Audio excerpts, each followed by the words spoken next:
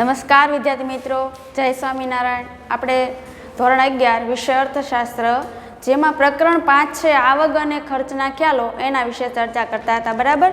તો એમાં આપણે આગળ વધતા છેલ્લે આપણે સીમાંત ખર્ચ અને સરેરાશ ખર્ચ છે બંને વચ્ચેનો સંબંધ શું છે એના વિશે આજે આપણે ભણવાનું છે। જેનો આ જે મુદ્દો છે એ ખૂબ મહત્વનો છે, કેમ કે કોઈ બી પ્રશ્ન હોય તો સંબંધલક્ષી પ્રશ્ન છે એ પૂછાય। એટલે માટે આ વિદ્યાર્થી મિત્રો આ છે, આ મુદ્દાને તમારે બરાબર ખ્યાલમાં રાખવો જોઈએ। એમાં સીમાંત ખર્ચ અને સરેરાશ ખર્ચ અને સીમાંત ખર્ચ વચ્ચેનો સંબંધ શું છે? તો ઉત્પાદન ખર્ચના અભ્યાસમાં સરેરાશ ખર્ચ અને સીમાંત ખર્ચ વચ્ચેનો સંબંધનો અભ્યાસ છે એ ખૂબ જ મહત્વનો ગણાય। હવે ઉત્પાદન ખર્ચ છે એનો આપણે સરેરાશ અંક કાઢવો છે, તો એના માટે છે આ બંને વચ્ચેનો સંબંધ છે એ સમજવો ખૂબ જ મહત્વનો ગણાય છે। એમાં જોઈએ તો જે સરેરાશ ખર્ચ છે એકમ દીઠ સરાસરી ઉત્પાદન ખર્ચ છે। હવે જે સરેરાશ ખર્ચ છે કેવો છે? તો કે એકમ દીઠ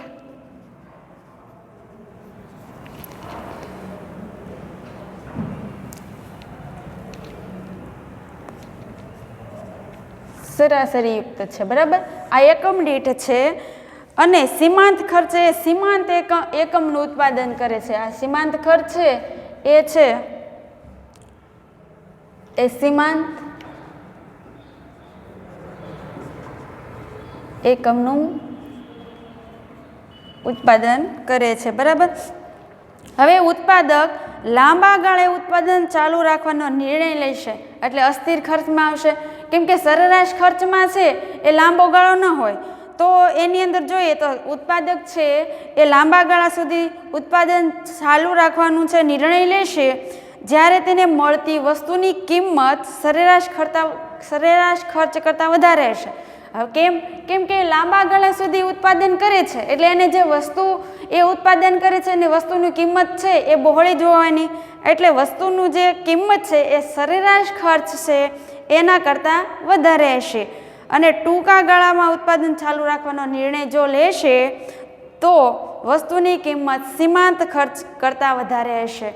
એનાથી ઉલટું, આમાં ટૂંકો ગાળો અને સીમાંત ખર્ચ વધુ, પહેલામાં લાંબો ગાળો અને સરેરાશ ખર્ચ વધુ।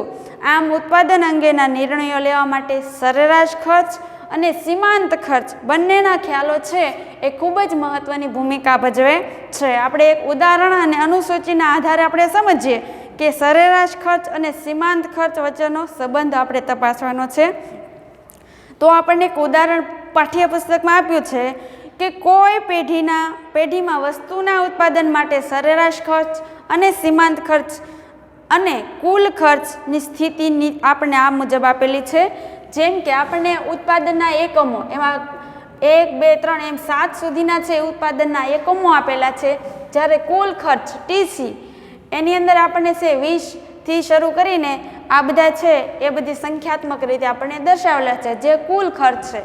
ત્યાર પછી સરેરાશ ખર્ચ જે છે એ આપણે અહીં આ મુજબ આપણે આંકડાઓ આપેલા છે અને એના આધારે સીમાંત ખર્ચ નક્કી થયો, જે છે આપણે અહીં આંકડાકીય માહિતી છે અનુસૂચિ પ્રમાણે દર્શાવેલી છે।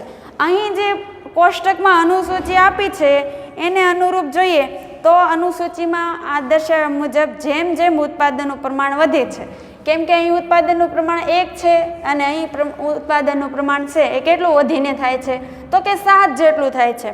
તો હવે જુઓ, શરૂઆતમાં સરેરાશ ખર્ચ અને સીમાંત ખર્ચ બંને ઘટે છે।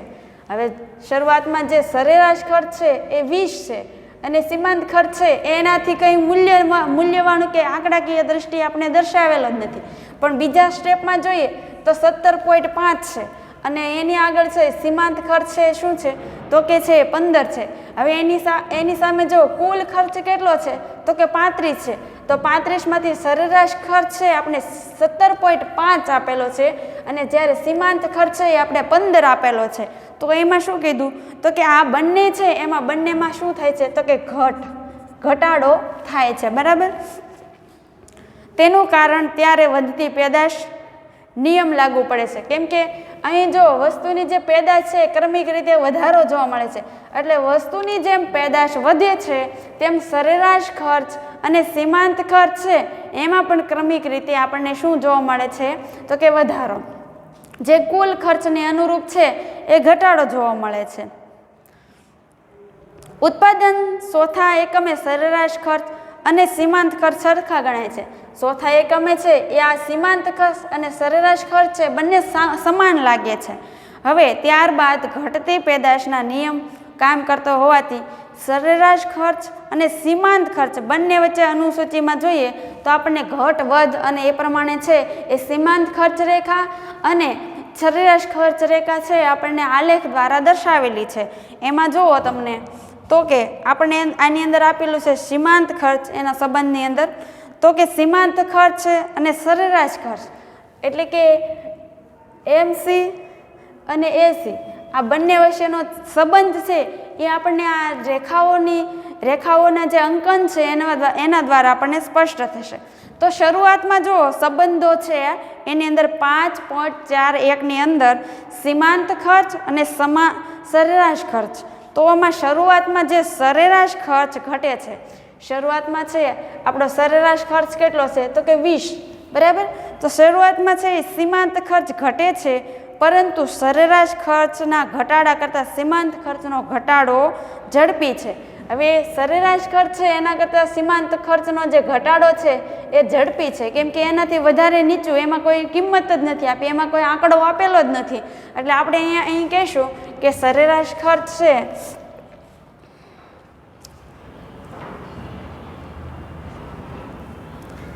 આ સીમાંત ખર્ચની રેખા, તો શરૂઆતમાં જ આ છે એ 15 દર્શાવી દીધો, જે અહીં બતાવેલો છે એ 15.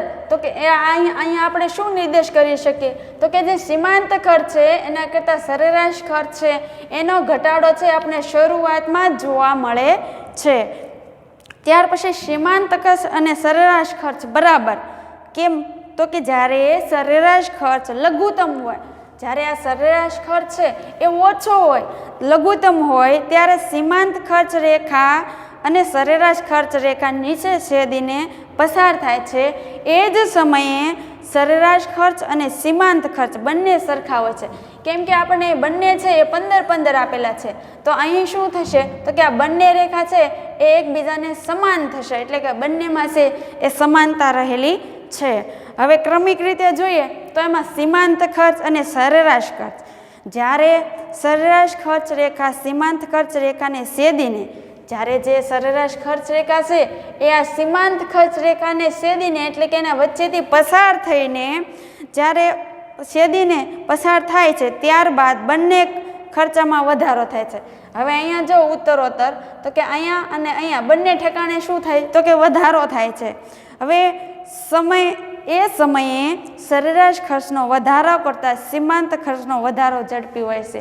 હવે આ સમયે શું તો કે જે સરેરાશ ખર્ચ છે એના સરખામણીમાં આ સીમાંત ખર્ચ છે એમાં શું જોવા મળે છે તો કે વધારો જોવા મળે છે. માટે સરેરાશ ખર્ચ રેખા કરતાં સીમાંત ખર્ચ રેખાની આકૃતિ ઉપર જાય છે. અહીંયા આપણને જે પ્રત્યક્ષ રીતે જોવા મળે છે. આ થયું સરેરાશ ખર્ચ અને સીમાંત ખર્ચ. જો તમારે પ્રશ્ન પૂછાય તો તમારે છે આવી રીતે અનુસૂચિ અને આલેખની જે રચના છે એના દ્વારા રેખાઓ છે એ દોરીને તમારે સ્પષ્ટ કરવાનું રહેશે, બરાબર. તો આ થયો આપણો સરેરાશ ખર્ચ અને સીમાંત ખર્ચ વચ્ચેનો સંબંધ. અને સમજૂતી છે એ આવી રીતે સ્પષ્ટ કરશો તો તમારો પ્રશ્ન છે એ યોગ્ય બનશે, બરાબર. અને સંબંધની સમજૂતી તમે ત્યારે જ તારવી શકશો વિદ્યાર્થી મિત્રો કે જ્યારે અનુસૂચિને અનુરૂપ આલેખ દોરાયો હશે ત્યારે ક્યાં વધારો થાય છે, ક્યાં રેખા છેદે છે અને ક્યાં સીમાંત રેખા છે એ સરેરાશ રેખાના ખર્ચ કરતાં વધારે ઝડપી બને છે, એ આપણે સાબિત કરી શકીએ, બરાબર. તો આ થયો બંને વચ્ચેનો સંબંધ.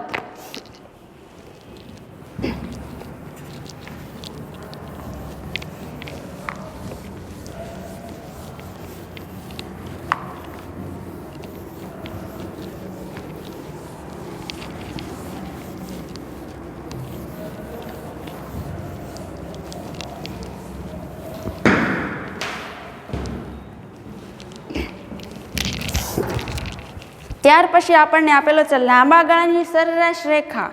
શું કીધું છે? તો કે લાંબા ગાળાની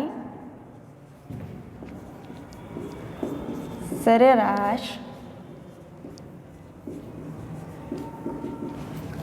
રેખા.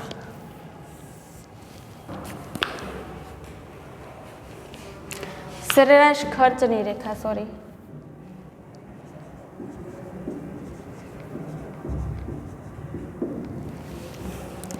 તો આપણને બ્રેનહામ નામનો જે અર્થશાસ્ત્રી છે, પ્રોફેસર બ્રેનહામ, યાદ રાખજો નામ, લાંબા ગાળે સ્થિર ખર્ચ અને અસ્થિર ખર્ચ એવું વર્ગીકરણ હોતું નથી. લાંબા સમય સુધી જે ઉત્પાદન જો થતું હોય તો સ્થિર ખર્ચ ને અસ્થિર ખર્ચ એવું કોઈ વિભાજન કે વર્ગીકરણ જોવા મળતું નથી. કેમ કે લાંબા ગાળે બધા જ ખર્ચાઓ અસ્થિર હોય છે. લાંબા ગાળે તો જે બધા ખર્ચા થાય છે એ કેવા હોય છે? તો કે અસ્થિર પ્રકારના હોય છે. ટૂંકા ગાળાનું ખર્ચ જે સ્થિર અને અસ્થિર ખર્ચમાં વિભાજન થાય છે. એટલે કે આપણે એ સમજી લેવાનું કે લાંબા ગાળે આવું વિભાજન નથી અને ટૂંકા ગાળે છે સ્થિર ખર્ચ અને અસ્થિર ખર્ચ છે એનું વિભાગીકરણ કે વિભાજન હોય છે. તે લાંબા ગાળે અપ્રસ્તુત બને છે. કયા? તો કે જે ટૂંકા ગાળાનો જે સ્થિર ખર્ચ ને અસ્થિર ખર્ચ આપણે જે મૂલવીએ છીએ એ લાંબા ગાળે અપ્રસ્તુત બને છે. એની રજૂઆત છે યોગ્ય રીતે થતી નથી. સ્થિર ખર્ચ અને અસ્થિર ખર્ચનો તફાવત ટૂંકા ગાળા માટે હોય છે. આનો જે તફાવત છે એ ટૂંકા ગાળા માટે હોય છે. લાંબા ગાળે ઉત્પાદનનું પ્રમાણ વધવા માટે પેઢીના સાધનોનું પ્રમાણ વધારવું પડે છે. લાંબા ગાળે જો આનું આપણે સરેરાશ કાઢવો હોય તો એમાં જે આપણે કુલ જે ઉત્પાદનના જે તે સાધનોનો ઉપયોગ કરતા હોઈએ ઉત્પાદક ક્ષેત્રે તે જે ઉત્પાદનના જે સાધનો છે એનું પ્રમાણમાં વધારો કરવાનું કહે છે. સાધનો વધતા બધા ખર્ચાઓ પણ વધે છે. કેમ કે નવા ઉદ્યોગ ક્ષેત્રે તમે સાધનો નવા લાવો. આજે ટેકનોલોજીના યુગમાં ઉદ્યોગો જે ધમધમે છે, કાર્યશીલ છે, એમાં જો નવા સાધનો આવશે, ઉમેરાશે તો શું થશે? તો કે એના લીધે છે ખર્ચા પણ વધશે. કેમ કે એ સાધન છે એ કાંઈ એમનેમ તો આવતું નથી અને એમનેમ કાંઈ કાર્ય કરતું નથી. એને અનુરૂપ છે એ બધી બાબતો કે બધું છે એ જોતું હોય છે. એટલે એમાં ખર્ચાનું પ્રમાણ પણ વધે છે. તેથી સ્થિર ખર્ચ હોતું નથી. પેઢી મોટી બને છે, પરિણામે અસ્થિર ખર્ચના ઉત્પાદનની સાથે વધતા જાય છે. અસ્થિર ખર્ચ પણ એની સાથે વધતો જાય છે. એક ઉદાહરણ સમજીએ. પેઢી કામ કરતા કાયમી શ્રમિકને ચૂકવાતું વેતન. હવે મોટા સાધનો ઉત્પાદન ક્ષેત્રે લાવવામાં આવે તો એની સામે શું શ્રમિકોને પણ વેતન ચૂકવવા ટૂંકા ગાળા માટે સ્થિર ખર્ચ ગણાય છે. પરંતુ જો બજારમાં વસ્તુની માંગ વધે, અમુક વસ્તુ હોય એની વાસ્તવિક દ્રષ્ટિએ જો માંગ વધે અને નિયોજકને જે લાગે કે આ કાયમી અથવા તો લાંબા ગાળા માટે વધી છે, એટલે કે આપણે કોઈ એવી વસ્તુ હોય એની માંગ વધે અને નિયોજક જે ઉત્પાદક ક્ષેત્રે જે ઉદ્યોગપતિ છે એને એવું લાગે કે આ વસ્તુની માંગ છે કાયમી રહેશે અથવા તો લાંબા ગાળે વધશે, તો વધારાના શ્રમિકોને કામ ઉપર રાખે છે. કેમ કે પહેલાં જે ઓછા શ્રમિકોમાં ઉત્પાદન થતું, ઓછી વસ્તુ ઉત્પાદિત થતી, એટલે ઉદ્યોગ ક્ષેત્રે હવે માંગ વધી એટલે વસ્તુની ઉત્પાદન પણ વધારવું પડે. તો એના કારણે શું કરશે? તો કે વધારાના શ્રમિકોને પણ કામે લગાડશે. જમીનનો વધારાનો ટુકડો ભાડે અથવા તો વેચાણથી લઈ પેઢીને મોટી બનાવશે. આમ લાંબા ગાળે સ્થિર ખર્ચ જેવું કોઈ હોતું નથી. બધા જ ખર્ચા અસ્થિર બને છે. કેમ કે ધીમે ધીમે એને છે એ વિકાસ કરવાનો છે. વિકાસના કારણે ખર્ચો છે એ ઉત્તરોત્તર વધતો જશે. આના લીધે શું થશે? તો કે સ્થિર ખર્ચમાંથી પરિવર્તનશીલ પામી અને અસ્થિર ખર્ચ તરફ ધકેલાશે. ત્યાર પછી છે આવકનો ખ્યાલ. આ લાંબા ગાળાના સરેરાશ ખર્ચની જ વાત કરવામાં આવી છે. ત્યાર પછીનો મહત્વનો મુદ્દો છે આવકના ખ્યાલો.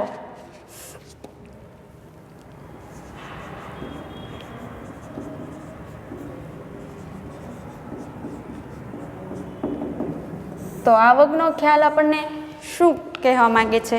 તો કે જ્યારે મૂડીવાદી બજાર વ્યવસ્થામાં ઉત્પાદનનો હેતુ મહત્તમ નફાનો હોય છે. જે મૂડીવાદી લોકો છે એના માટે મહત્વનું ધ્યેય કે હેતુ શું હોય છે? તો કે મહત્તમ નફાનું હોય છે, મહત્તમ નફો એટલે કે વધુ નફો કરવો. તેથી આવકના ખ્યાલનું મહત્ત્વ વધારે છે, કેમ કે અહીં નફો થાય એટલે આવક ઉપર એ આધારિત રહે, એટલે મહત્તમ નફાનો ખ્યાલ છે એ આવક માટે મહત્વનું બની જાય છે. પેઢી કુલ આવક તેના ખર્ચથી વધારે થાય તો પેઢીનો નફો મળે. હવે પેઢીની જે કુલ આવક છે, પેઢીની કુલ આવક, એનો જે કુલ ખર્ચ છે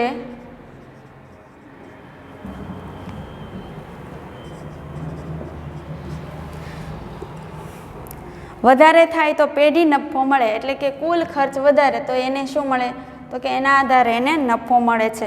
અને જો પેઢી નિર્ણયથી પેઢી કુલ આવક તેના કુલ ખર્ચથી ઓછી હોય, આનાથી વિરુદ્ધ, અને જો ઓછું હોય તો પેઢીને ખોટ જાય છે, એટલે કે ખોટનો સામનો કરવો પડે છે.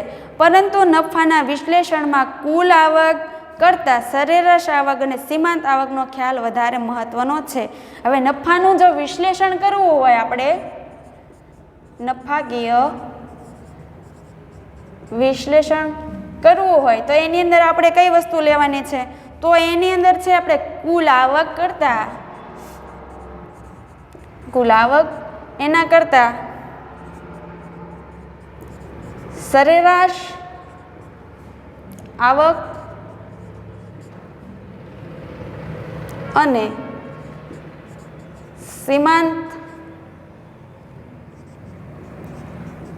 આવકનો ખ્યાલ વધારે મહત્વનો બને છે. તેથી આપણે સર્વપ્રથમ કુલ આવક, સરેરાશ આવક અને સીમાંત આવક છે એને આપણે સમજવું પડે. તો સૌપ્રથમ આપણે જોઈએ એની અંદર કુલ આવક. તો કુલ આવકમાં શું છે, તો કે પેઢી ઉત્પાદન કરેલા એકમોને વેચી જે નાણાં મેળવે તેને કુલ આવક કહેવામાં આવે છે. એટલે કે પેઢી છે એનું જે ઉત્પાદન છે એનું વેચાણ, અને એમાંથી એ વેચાણ એ એકમો વેચે અને વેચીને જે નાણાં મેળવે છે એને આપણે શું કહીશું, એને આપણે કુલ આવક તરીકે ઓળખશું. પેઢીની કુલ આવક, પેઢીએ તેની વેચાણમાંથી જે આવક મેળવી હોય તે તે છે. આ રકમને કુલ આવક અથવા વેચાણ આવક તરીકે પણ ઓળખવામાં આવે છે. અને કુલ આવક અને વેચાણ આવક તરીકે પણ ઓળખવામાં આવે છે. ધારો કે તમે કોઈ ઉદ્યોગ ક્ષેત્રે કાર્ય કરો છો, તમે ઉદ્યોગ સ્થાપેલો છે, હવે તમે એક પેઢી સ્વરૂપ છો, તમારું એક આખે તો પહેલેથી માળખું એમાં તમારું કાર્યરત છો.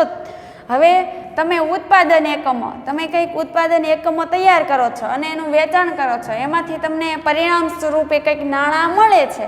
હવે તમને જે નાણાં ઉપલબ્ધ થાય છે એ તમારી કુલ આવક બને છે, અથવા તો વેચાણ આવક બને છે. જે વેચો છો તેમાંથી તમને કંઈક પ્રાપ્ત થાય છે. પેઢીની કુલ આવકનો આધાર બે બાબત ઉપર રહેલો હોય છે. એક એકમ દીઠ કિંમત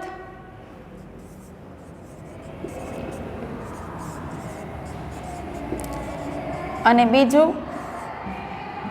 કુલ વેચાણ. આ બંને પર છે કુલ પેઢીની આવકનો આધાર રહેલો હોય છે. આ બંને પરિબળ અથવા તો તેમાંથી કોઈ એક પરિબળ પણ બદલાય તો પેઢીની આવક બદલાય છે. આમાં જો પરિવર્તન આવશે તો કુલ આવકમાં પણ પરિવર્તન નિપજી શકે છે. એક ઉદાહરણથી કુલ આવક અને સમજીએ તો કે એક પેઢી છે એ પેનનું ઉત્પાદન કરે છે, બરાબર, અને પેનની બજાર કિંમત કેટલી છે, તો કે આપણી આગળ 50 છે રૂપિયા બજાર એક પેનની કિંમત, બરાબર. હવે જો યાદ રાખો કે પેઢી કુલ વેચાણ કિંમતે 100 એકમ, જે પેઢી છે એનું એકમ વેચાણ કેટલું, તો કે 100 હોય, 100 જેટલી પેન છે એનું વેચાણ થતું હોય તો એની કુલ આવક આપણે ગણશું તો આપણે 100 ગુણ્યા 50 કરશું તો આપણને શું મળશે, તો કે બરાબર છે, તો આપણે એના રૂપિયા છે એ 5000 મળે છે. કેમ કે 100 રૂપિયા 100 નંગ છે આપણી પાસે, 100 એકમ છે અને 50 આપણે વેચવાની છે, બરાબર. તો આપણે કુલ આવક, વેચાણ એકમો અને વસ્તુની કિંમત એને આપણે સૂત્રાત્મક રીતે મૂકીએ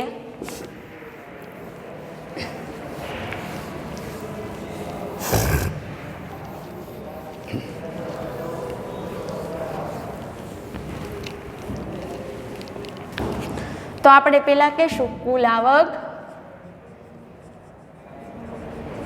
બરાબર શું લેવાનું છે તો કે વેચાણ એકમ અને એને ગુણ્યા વસ્તુની વકી એટલે વસ્તુની કિંમત. હવે આને મૂકો TR બરાબર Q ગુણ્યા P. હવે જુઓ 5000 આપણે મળ્યા બરાબર. એ 5000 બરાબર 100 જે વેચાણના એકમો છે અને ગુણ્યા 100 એટલે 50 રૂપિયાનો જે આપણે ભાવ પાડ્યો તો એ એટલે આપણે રૂપિયા 5000 છે એની કિંમત મળી શકે છે, જે આપણો નફો મળી શકે છે. જો વેચાણનો એકમ ઘટે કે વધે અથવા તો કિંમત ઘટે કે વધે, આના જે એકમો છે એ વધે કે ઘટે, આની કિંમત જો વધે કે ઘટે તો બંનેમાં ફેરફાર થતાં પેઢીની કુલ આવક છે એની રકમ બદલાઈ જાય છે. આ બંનેમાં જો ફેરફાર થશે તો એની કુલ આવક છે એમાં પણ ફેરફાર નોંધાઈ જાય છે. ત્યાર પછી છે સરેરાશ આવક.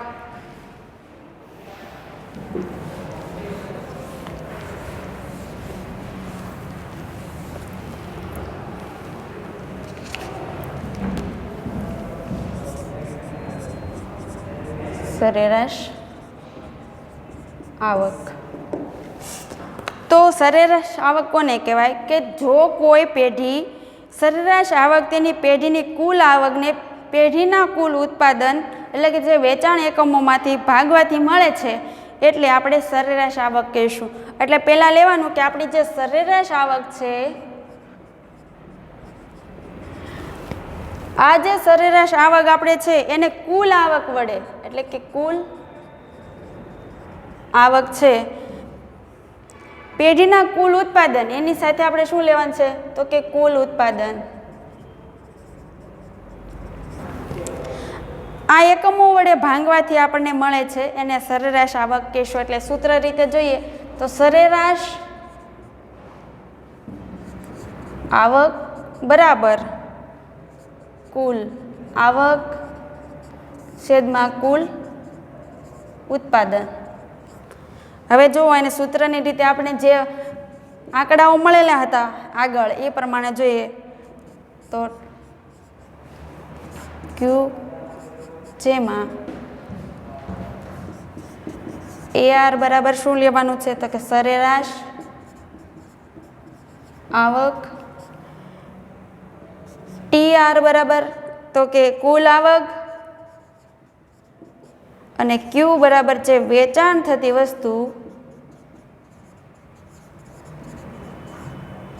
વસ્તુના એકમો. આના આધારે છે આપણે આ મળે છે. હવે ઉદાહરણમાં દ્વારા સમજીએ કે પેઢી છે એ 1000 એકમોનું વેચાણ છે એ 1000 એકમોનું કર્યું. કેટલા તો કે 1000 એકમો. આ જે 1000 એકમોનું વેચાણ કર્યું છે તો પેઢીનું કુલ વેચાણ આવક આપણી આગળ કેટલી મળી તો કે કુલ વેચાણ આવક છે આપણે 50000 મળી બરાબર.